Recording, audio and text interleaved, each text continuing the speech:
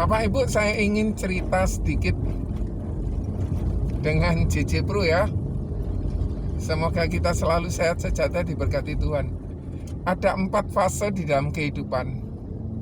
Fase yang pertama berdasarkan usia 0 sampai 20 tahun, di mana dia dilahirkan, bersekolah, kemudian lulus sekolah, dari lahir, balita, remaja, dan 20 sampai 40 dia waktunya bekerja, mencari uang.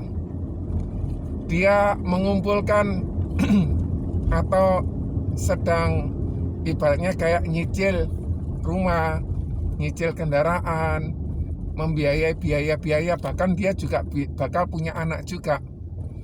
Itu fase usia 20 dan 40. Dan di usia 20-40 dia mungkin mau beli aset dan lain sebagainya. Di usia 40 sampai 60 seseorang ini mengumpulkan aset yang kedua, atau menambah aset atau memperbesar aset.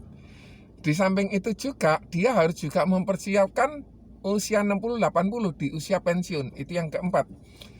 Karena di usia pensiun dia sudah tidak dapat income atau tidak fokus untuk kerja, tetapi pengeluaran terus jalan. Biaya berobat biasanya naik. Biaya untuk kehidupan pasti dikeluarkan. Karena kan dia harus hidup, biaya listrik, air, telepon tetap harus jalan. Nah, di fase usia 20, 40, 40, 60 dia harus mempersiapkan dua. Yang pertama untuk mempersiapkan tabungan pendidikan buat anak yang dilahirkan, mempersiapkan untuk dia untuk membeli aset untuk anaknya, dia juga mempersiapkan untuk kehidupan saat dia pensiun. Oleh karena itu, kita mesti harus bertindak sangat bijaksana dalam pengelolaan keuangan dengan baik.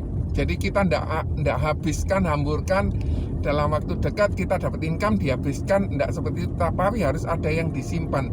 Nah, untuk menyimpan itu semasa anak itu masih kecil, masih balita, bayi, itu nyimpannya enak. Kenapa kok saya bisa bilang begitu? Karena masanya panjang. Misalnya dia usia 2 tahun, kan bisa ada 15 tahun mempersiapkannya.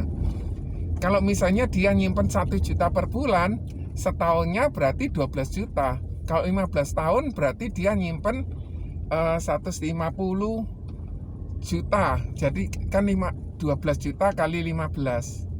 Berarti dia bisa nyimpen 180 juta. Dan itu pun sendiri masih belum cukup untuk membiayai biaya kuliah yang semakin lama semakin mahal.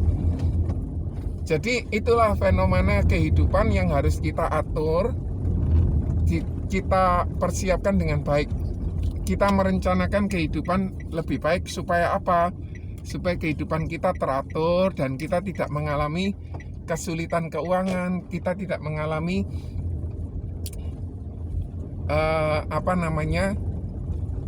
tidak mengalami kebutuhan yang harusnya sudah diketahui tapi kita tidak bisa nyimpan, seperti itu. Semoga bermanfaat Bapak Ibu. Terima kasih. God bless you all. Bye.